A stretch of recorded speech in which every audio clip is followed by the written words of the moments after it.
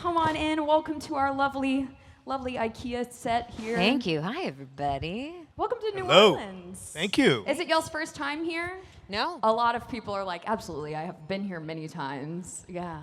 Well, there's been a lot of film production done here in the last few years, so I Correct. think it's brought both of us here for one reason or another. Yes, exactly. Do you have specific things that you filmed? They've done Supernatural here, right? Did they do Not when they might have. Okay. I wasn't ever part of it. It feels like a very supernatural city. It does, yeah.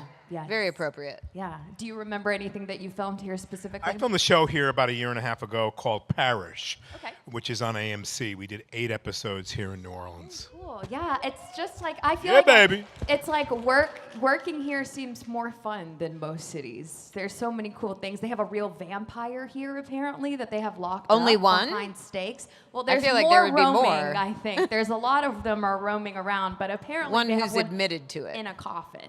And they're like, Oh. we have locked the door, we put stakes on the door, and I'm like, what if we just go let him out a little bit, you know?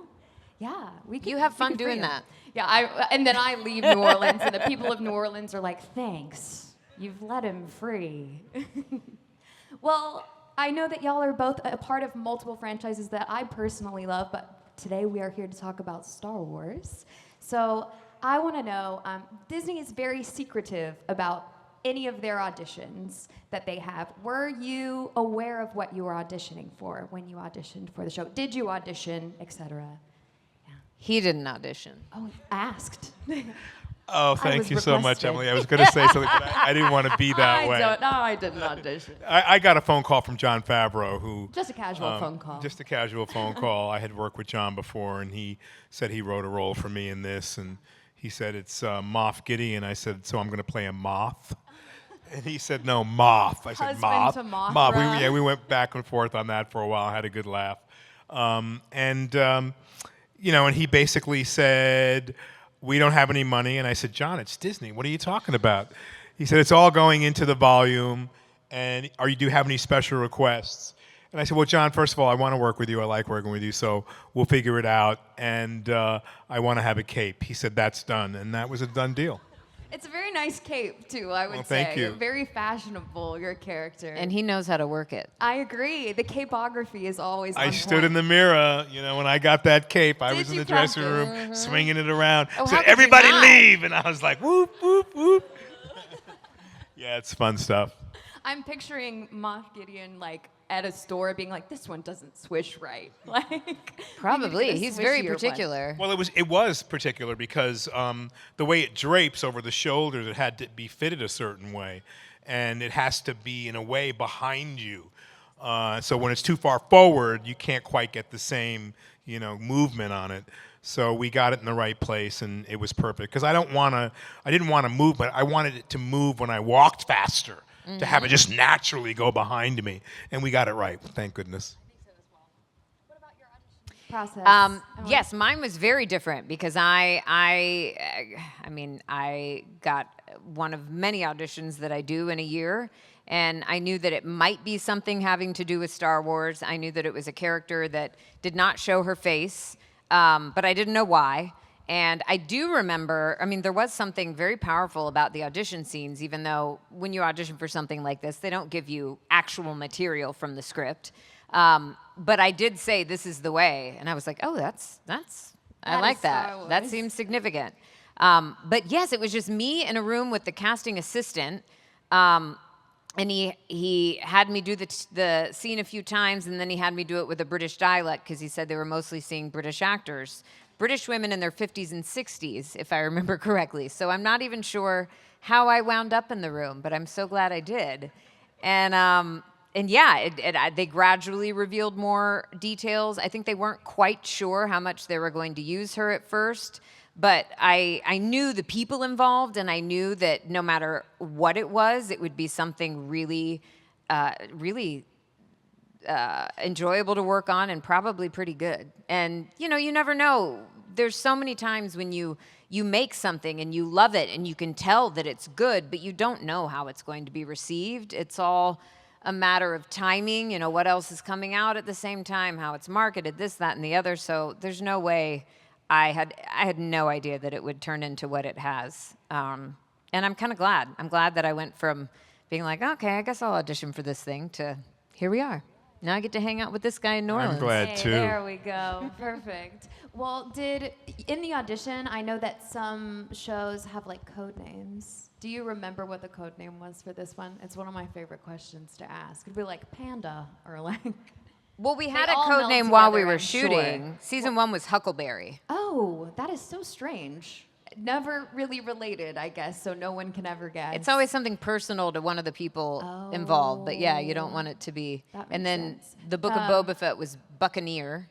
Okay. And then what were we season 3? I didn't show up in season 2, so I don't know that. I can't remember. I thought it was Huckleberry too. Huckleberry 2, Electric No, it was Boogaloo. Foundry. Foundry. Yes. That's so interesting. I always want to know that like little tidbit. You were saying as well, you didn't know how many episodes you would be in. Obviously, as Moff, you're the main antagonist. You're like, I'm in a lot of the episodes. But did they? No, I didn't assume that at all. fair. No, I didn't know either. It just depended upon what they were thinking Sure. when they conceived it. But then as they go through it, they see the need for, and they add. And so it can always, be in addition to. And I'm always a high achiever, so if I do well, I figure they're going to put me in more. That makes sense. That makes sense. I guess they could have always brought in a different antagonist for season 2 or 3. That's fair. With the armorer, I know that in the beginning you only see her for a little bit. Did you expect that she would be carried on for so long? No, I had no reason. I mean, I go into things, happy for what I'm doing at the time, hoping there's more, but I never count on it. And John and Dave are such gifted storytellers. And, I wasn't even in season 1 I was only in 3 episodes, but the way they wrote the character, she had such an impact. And I do feel like she is someone who, now people will say, I want a whole series about the armor. And I kind of go, well, as an actor, sure, I would like to have a whole series about me. But I also think she's a character for whom the mystery is very important. So when they did tell me they were going to use me so much more in season 3, I was a little nervous because I didn't know if it would sort of lessen the power of the character to know more about her, to have her more involved. But I'm really happy that I got to do so much more in 3, and that I got to work so much with Katie, and that Bo and the Armorer kind of became the dream team with Mando's support. It was really, I'm just so happy that it went that way. I agree. Yeah, it's one of my favorite characters as well. When I first started watching it, I was like, "Who is she? She's very cool." In the very beginning, and my friend was like, "Just wait, just wait." Well, everyone, if you would like to go ahead and start lining up for your questions, don't be shy. I have just a couple more. We were talking about the many iterations of your cape. I started as a cosplayer, so I'm always interested in costumes. Did y'all have multiple iterations of the outfit that you went through, or that you had to go through with costuming? Well, I had 2. So my first costume was basically cloth and very, very warm, substantial cloth, leather, some shoulder pads and things like that. And my second costume was a completely different animal. It was really heavy. It was really tight. It had a whole chest plate, had a light, all these technical aspects of it. And so someone was always reaching up under me to turn the light on and make sure that worked properly. It had legs, so you had to have articulated knees. And so it was a whole different physical feeling. Although I felt very strong in the first costume, I could do it with my body. The second costume, I had to really do it with the costume. So it was a very, very different feeling. I feel like with such heavy armor pieces, too, you have to change your acting style, I would guess. Well, for me, it was a matter of having the costume be fluid. So, and figuring out how to walk in a different way, but still have it look natural and have it feel like it was an extension of my own power. So it was just a matter of figuring out how to move it differently and how to own it and fit in it and feel right in it. Well, it looks great. Thank you. Whoever chose all black did a great job. It looks very suave. Absolutely. Emily, what about your costume? Well, similarly to Giancarlo's second one, it is when you have such a powerful costume like that, when you have something that makes such a statement, you do have to allow the costume itself to do a lot of the work. And I would look in the mirror and I was like, I look great. But being inside it felt very constrictive. It was hard I had to hammer a lot, and it was really hard to hammer in it. There wasn't a lot of range of motion. I do think that that costume for me really informed the stillness that I found with her, because I was actually pretty physically inhibited. It helped me trust that I didn't need to work too hard. And I am a very fidgety person. I move around a lot. I dance a lot, as Giancarlo knows. And so it was a real opportunity for me to just breathe and trust that I could allow the statement of the costume to do a lot of the work. And then so it was sort of, I worked on some of her from the inside out, and then I worked on some of it from the outside in, and trusting what it looked like and knowing that, or feeling like it would probably hold more power if I didn't try to do too much. Which then was even more satisfying at the end of season 1 when she finally, moves around a little bit and kicks some stormtrooper butt. I feel like that was really earned because she had been so patient and she was waiting for the right moment. And it's really a joy whenever I get to be back in that space, because she calms me and she allows me to tap into an inner strength, I think, that I don't always have the chance to with more expressive characters. You also did a great job. You have quite a line, and I am excited to turn it over to the audience. But before I do so, I'm going to ask one more question. Obviously, the new movie was announced coming out. What new movie? Correct. Exactly. I know there's NDAs. You cannot mention anything. But if you were a scriptwriter for the new movie, what adventure would Grogu and the wonderful Mandalorian go on together? With us or just in Whatever general? Whatever you want. They could go get ice cream, whatever. Go see a movie, a baseball game. What would you foresee for that film? What do you think we should have them do? Oh, man. I think they should create the new galaxy, the new world. There we go. I think that'd be the thing to happen right now. The one we're in is not doing so well. Yeah. We need them. That's fair. You're our only hope. Yeah, I mean, Come come on, on. Grogu. Yeah. Yeah, what are you doing? Emily, anything for you? Sure, I'll take that. I like that one. And then to balance that out, I would probably have them, what would be the most ridiculous thing they could do? Maybe go, I would like, the movie Big, when Tom Hanks has that amazing apartment and he furnishes it like a kid because he's a kid in a grown-up body. I think they would probably have a living space kind of like that, with the piano on the ground and a bunch of games and maybe a little karaoke corner, and the armorer could come do karaoke with them. Go. Yeah. I love how one answer is, please recreate the universe for us, and the other one is, go play with toys. Well, I they could love be it. in the same universe. There it is. Absolutely. Yeah, take a little break in your fun house. We need that. Yeah. I think we need a little playfulness in our lives I right agree. now. It's I really, agree. really warranted. I mean, I think also that if we, thought in a very unjaded way, as some of our children do, we would be on the way to recreating a new world already. I agree. I agree with that one. Well, on that note, I will turn it over to our wonderful audience questions. Go ahead and introduce yourself and ask your question. My name is Gabriel Garcia. Hi, Gabriel. How come ain't no brothers up on the wall? I don't know. You tell me. No, I recently was watching a movie I hadn't seen in a long time called Tepes, and you just popped up in it. I had no idea you were in it, and I got to thinking about Bugging Out and all of your early roles, and it just my question was, do you approach roles differently now than you did when you were starting? I absolutely do. As you become more mature, you pay different attention as you've learned through the process of what you've done before. So for me, I was very mindful then when I started. Taps was my first big studio movie, and so it was an entree into a different world in many ways. Studio movies are very different than independent film, where you're feeling a little more closer to your family of actors and authors and directors.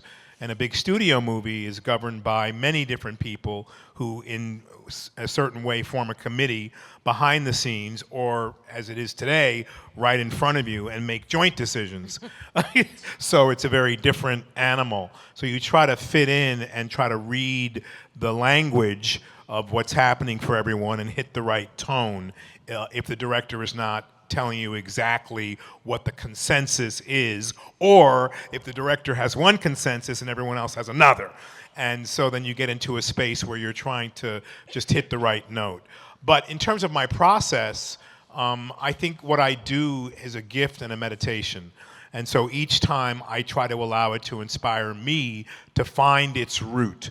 And if I'm doing that correctly, my building blocks remain somewhat the same in creating the foundation of what I do, in terms of learning the lines and asking all the questions. But then the process has to call me for me to stay engaged and excited about what I'm doing. Thank you. You're amazing. You're welcome. Thank you very much. Thank you. Thank you for pulling that mic down, too. That's great. Hi, Wyatt. Hi. Miss Emily, did you make Moff Gideon's armor? No. Great question. No, I did not. I mean, it looks really good, so it looks like the armorer could have done it, but she wouldn't do that. And if she did, there'd be a chink in it. What did you say? Rude. You're just jealous because you don't have fur. I totally am. That's not nice. All right, so thank you. Thank you. Great question, Wyatt. Wow, so cute. Hi there. Hey, how's it going? I was just wondering if there were any like certain Star Wars characters or real life figures that kind of influenced how your characters evolved and what you brought to the character. So, for both of you. Well, for me, I have to say that it grew on me that my character was somewhat of a Darth Vader in some ways. And it didn't hit me until the second season where I went, duh. And I'm glad it didn't, because I was trying to create something new and fresh for me. But he certainly encompassed that power and that essence. And I started out not having a helmet, and then growing into a helmet had me understand, okay, there's a reason for that helmet, and it was great for me to understand it in that way. As an actor, you try to pick the pieces of what the bigger picture is and honor it and try to fit into that story in a new way, so that your audience has something new to look at and it doesn't feel as if you're recycling a character that's come before. And so for me, it was very exciting to be able to fly my own TIE fighter, to use the dark saber, to have that kind of physical attitude toward the character allowed me not just to be someone who knew about intelligence, and to me that became very, very important, because this character says, assume I know everything. And that's something that allowed me to feel like, okay, what are those pieces of how he knows? Why does he know? How does he have the superior attitude? And why is he, in the end, cloning himself? And why does he want the child? So all those questions, you leave room for the audience to answer it. But I left room for maybe there's something good in all of this, and maybe he does not want to kill the child at all. But he wants to use some of those characteristics and some of those talents and intelligence that the child has for all of us. Highly unlikely, but possible.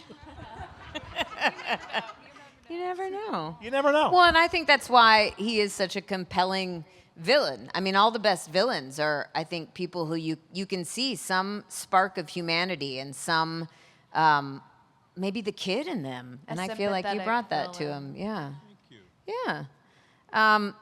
I didn't draw anything from a specific Star Wars character, but I did when I was talking to John and Dave about it.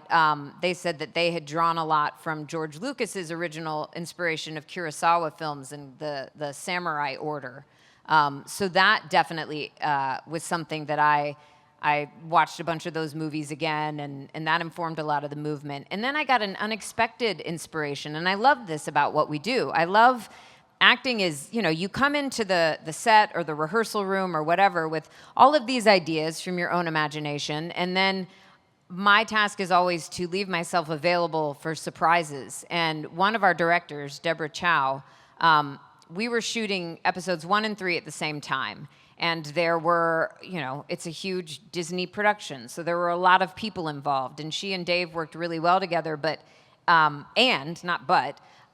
really I didn't even realize this until someone asked me afterwards, but I drew a lot of energy from her because she was one of the only women in this space, and she commanded such authority and instilled such,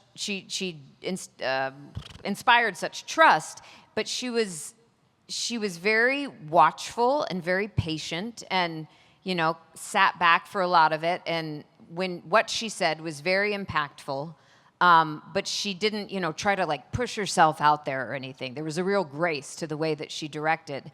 And I'm so glad that I was working with her at the beginning, because I do think that some of that bled into what I was doing. It really inspired how I thought a woman could operate in that space of having all of these masculine figures around who were sometimes a little too boisterous and, trying to pick fights and stuff. And she didn't, in that, the first scene that she has with Paz Vizsla and Din Djarin, and they start fighting, she doesn't jump up and yell at them. She really says very little to get them to kind of simmer down.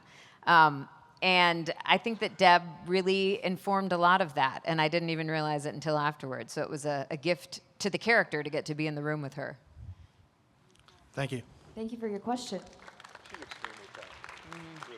Hi there. Hi. My name is Ben. It's nice to meet y'all. Thanks for being here.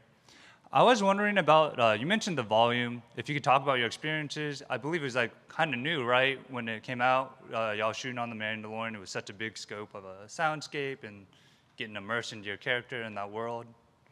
It was interesting to me because you're in a room that's, if you can imagine, walls and ceiling are all cameras that are maybe 4 inches apart, right? So everything is a camera. And then there's also this projection effort that allows the room to move.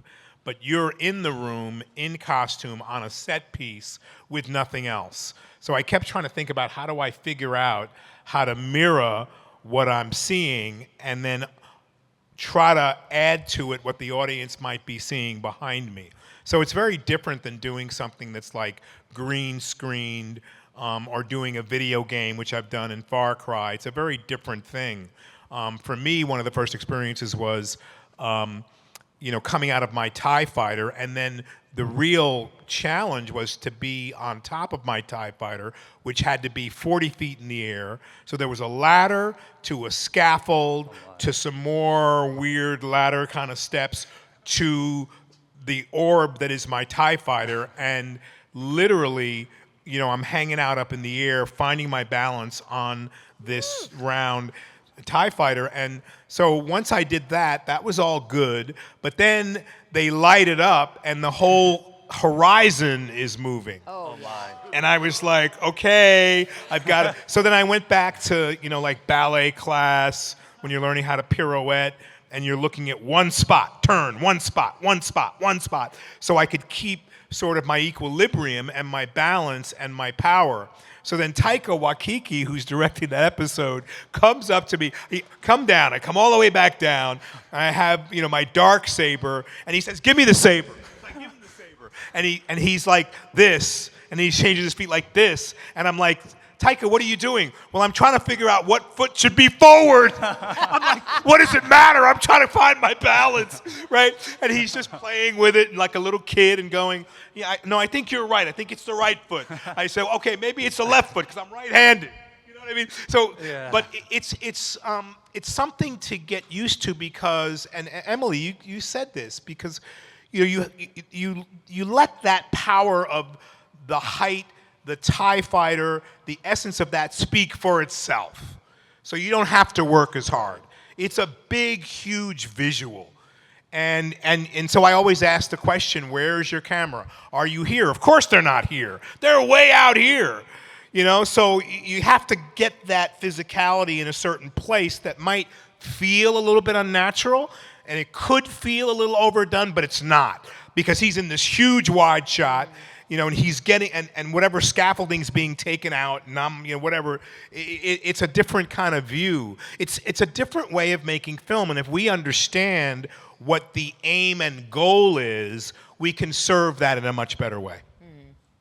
It's definitely, I am so appreciative of the technology because if we hadn't done it that way, we would have, I'm assuming, used green screens and all of that. And when you're working in that kind of environment, there's so much of your imagination that has to be focused on trying to remember where this thing is and where this thing is and where was I looking for this. And we did have moments of that. I mean, I remember a ridiculous sequence where when we were, I guess it was in season 3, and we were having to watch this giant bird, the bird that kidnapped Ragnar. We were like this, 50 of us, all the Mandalorians out there, and we were shooting outside, and we're all having to track the arc of this bird, and it was very hard to get everyone to look in the same place. So, there was plenty of that, but it was such a treat to get to walk into some of these sets, and there were truly days where I would walk on the set, and just stepping back and look at it, I couldn't tell where the physical elements ended and the volume began because they matched so well, and it was just both pieces of craftsmanship were so beautifully rendered. So it was a real gift to get to work with that, and it was also at times very disorienting.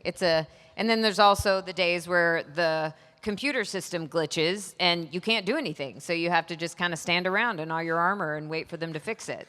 So it was a real, it's different from anything else that I've ever done. And I'm so appreciative of the way that every single person in that room, the cast, the crew, everyone just stayed in the zone and stayed focused on what we were doing. And I feel like people really offered their energy, they learned how to offer their energy at the right time and conserve it at the right time. And then in going back and getting to watch it, I was continually amazed at what it wound up looking like. Thank you. Thank you so much for Thank that. you. You're welcome. It's funny, I much prefer volume work than green screen. Oh, yeah. Because you have something to hold on to. Yes. You have a real costume, even though you have to match those looks, which can be very difficult depending on where they put the camera, because they're going to want to adjust the camera and your look to match where the camera is. So don't look there right now. Look over there, and you've been looking there for 3 hours, right? Yeah. So you got to change it. But it's preferable to me because you have at least a real set piece. You have something to hold on to. You get a little more. You get a little more. Yeah. Hi there. Hi. Good afternoon. Esposito, Miss Wallows. Thank y'all. Welcome to New Orleans. Thank you. Thank you. You look I appreciate sharp. y'all being here. Thank you. Dark Jar. Actual name, Jonathan Anthony Roberts, local here in New Orleans. Welcome to New Orleans, baby.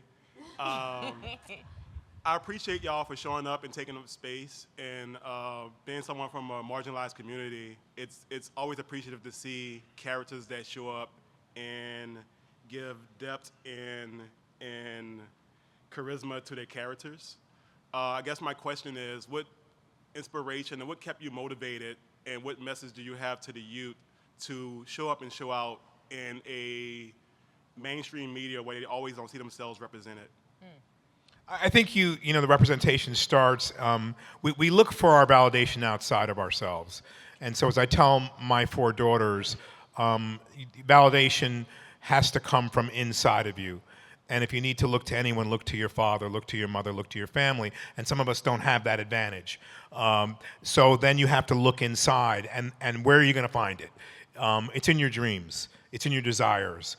It starts in your dream. What dream do you have for yourself? Where do you see yourself? How do you fit into a world where you haven't fit in because you haven't seen it.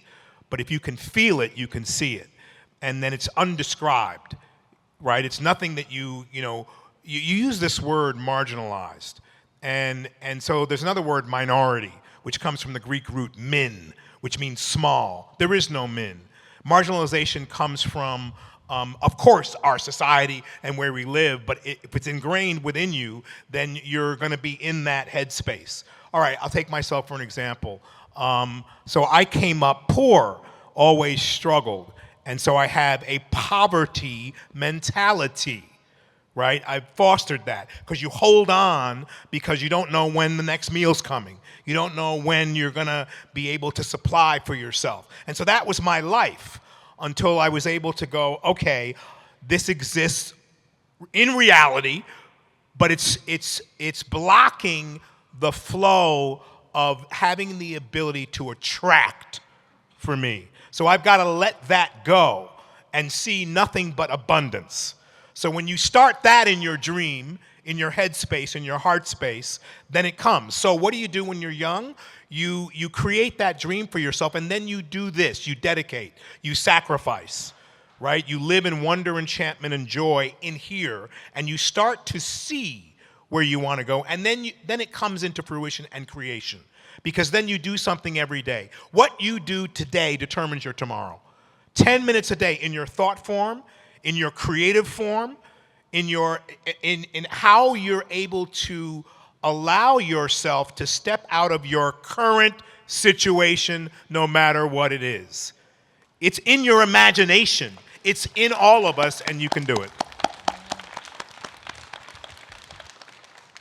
I do think I have learned sometimes the hard way that the only thing that I can control in a work environment, just in life in general, is my approach to it and the values that I hold on to. And yes, there are important markers of external validation that can help you achieve something or get farther up the ladder. But ultimately, I do think, as Giancarlo said, you dream something. I think you have to really check in with yourself and say, what are the values that I want to put into the world? Even if I'm not seeing it around me, what do I want to see? And what can I give? And I think that the more that we give from those values, the more we see them returned to us. And then I think that we do get opportunities in places that we might not expect. And we still have challenges and we still get shut down. But I think if you can go to sleep at night trusting that you have approached that day, approached that project, approached that relationship from a place of integrity and from trying to give from the best of yourself, then even if you're not getting the external validation that you want, you are absolutely achieving something. And I think that the things will come to you however they're meant to. The really frustrating part is that we don't always get things the way we want to see them. And sometimes that sucks. And sometimes that's great because they turn out better than we ever could have imagined.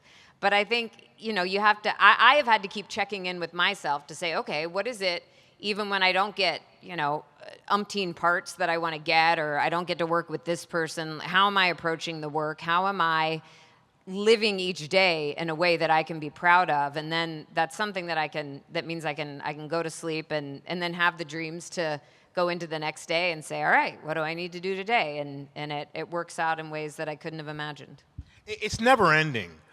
For us, or for me, I can say that when you do something well, what does our universe, our world of Hollywood and movies and film and TV want you to do?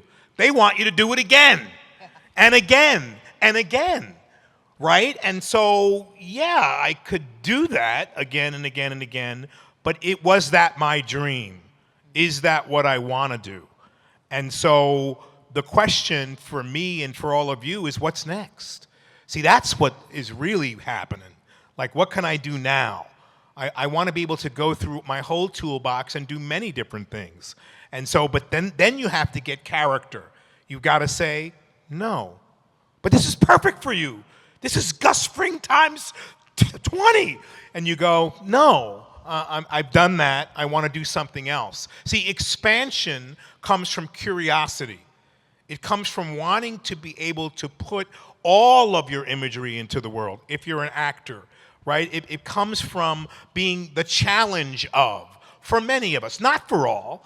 For some, we can just do the same thing, get a paycheck, and be happy. But for me, I'm a creator.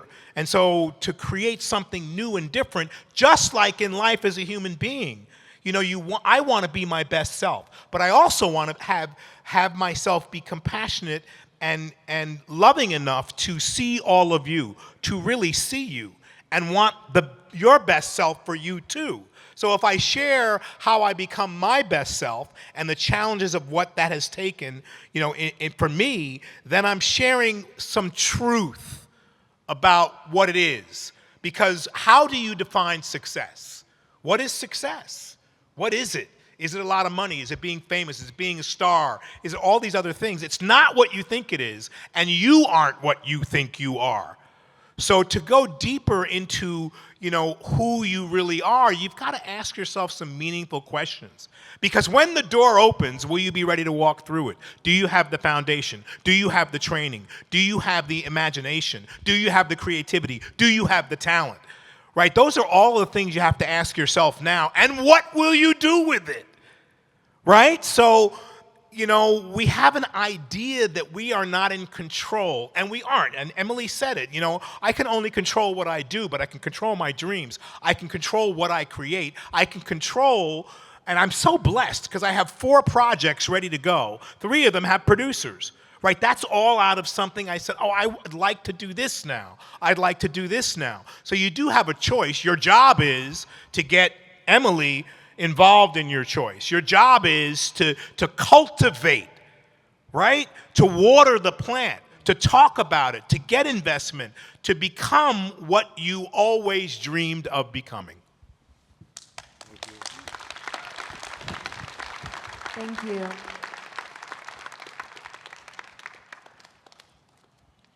That was a very good response. I'm sure I can speak for everyone here. But hello, my name's David Kessler. Hi, welcome to New Orleans. Hi, David. Hello. Hi, GalaxyCon. So my big question is, after working on Mandalorian, I was wondering if there's any key takeaways from when it comes to acting with a helmet as opposed to not acting with a helmet. You want to take that first? Yeah, because you're in helmet the whole series. First of all, so much respect to people who do cosplay with helmets at conventions, because it's one thing to be on a set where everyone's kind of watching out for each other and you have this, you know, I would have to, without my helmet, kind of map out the lay of the land, try to remember what obstacles there might be, and because you can't see anything. And so all of you that walk around at conventions with your helmets, it's a full contact sport. But to me, wearing the helmet, honestly, I just, you know, every single character that I play has some different manner of expression. And everyone has a different, I don't know if limitation is the right word, because that connotes something negative, but everyone has fuller expression in some ways, and they're maybe more reserved in other ways. And so I approached the helmet simply as, okay, well, this is someone who is completely accustomed to not communicating with her face and who knows she will be understood, even though she's not using her face. So what does that need? And I'm so appreciative of John. He was really watching that monitor for me and with me and helping me calibrate the right degree of movement. And especially as I've done mask work on stage, but that's an entirely different thing, because when I'm on a stage, even if you can't see my face, you see my whole body. So you're always getting information. When you have a camera on you in a tight shot that's just your helmet, that's all they're seeing.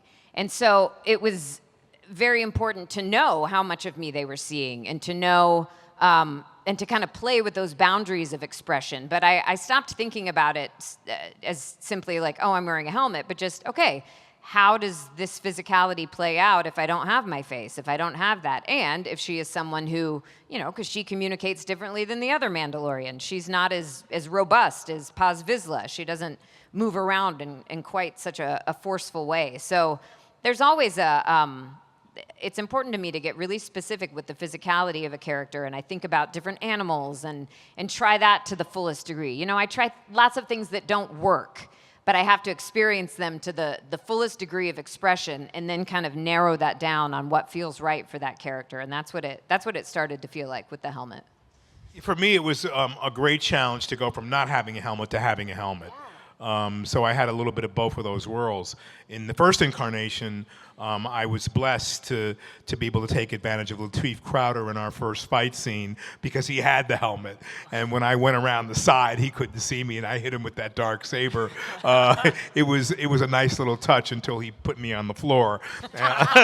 And then I hopped up, and we were 1 for 1. You don't mess with Lateef. No, you don't mess with Lateef. And so we had a 1 for 1, and then it was on.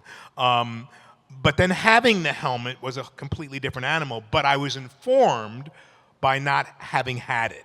So I could almost see my face through the helmet if I was looking outward, looking in, to limit my expression. The degree of movement is incremental. It's just very incremental.